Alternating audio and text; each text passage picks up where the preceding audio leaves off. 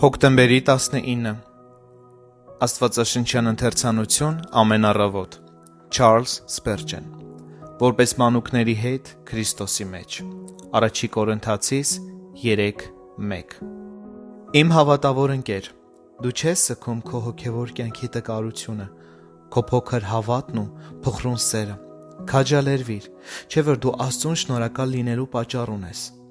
Հիշիր, որ ինչ-որ բանում դու հավասար ես ամենամեծ ու հասուն քրիստոնյաներին։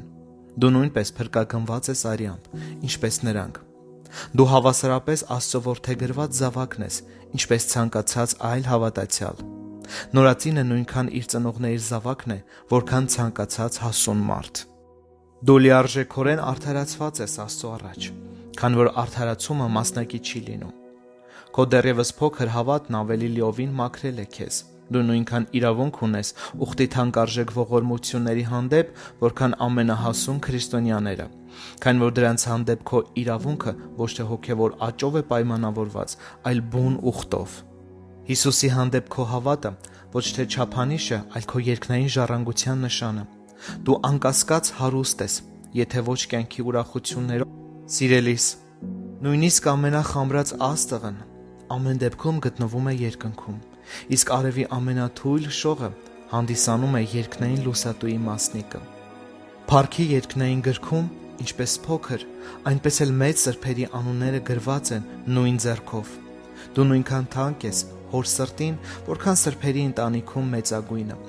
Հիսուսը քեզ յուրահատուկ քնքշությամբ է վերաբերվում, քանի որ դու նրա հանգչող պատրույքն ես։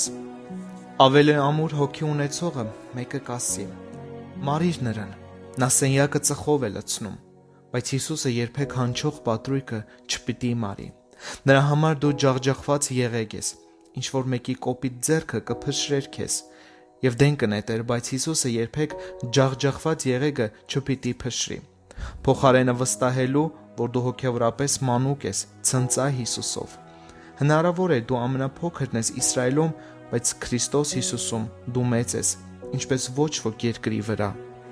Հնարավոր է դու աղքատ ես հավատով, բայց Քրիստոսում դու ամեն բանի ժառանգորդն ես։ Նույնիսկ եթե ես պարծենալու ոչինչ չունեմ, այլ միայն պիտի խոնարհվեմ, միևնույն է, ես կցնծամ Տիրոջով և կփառաբանեմ իմ փրկության Աստծուն։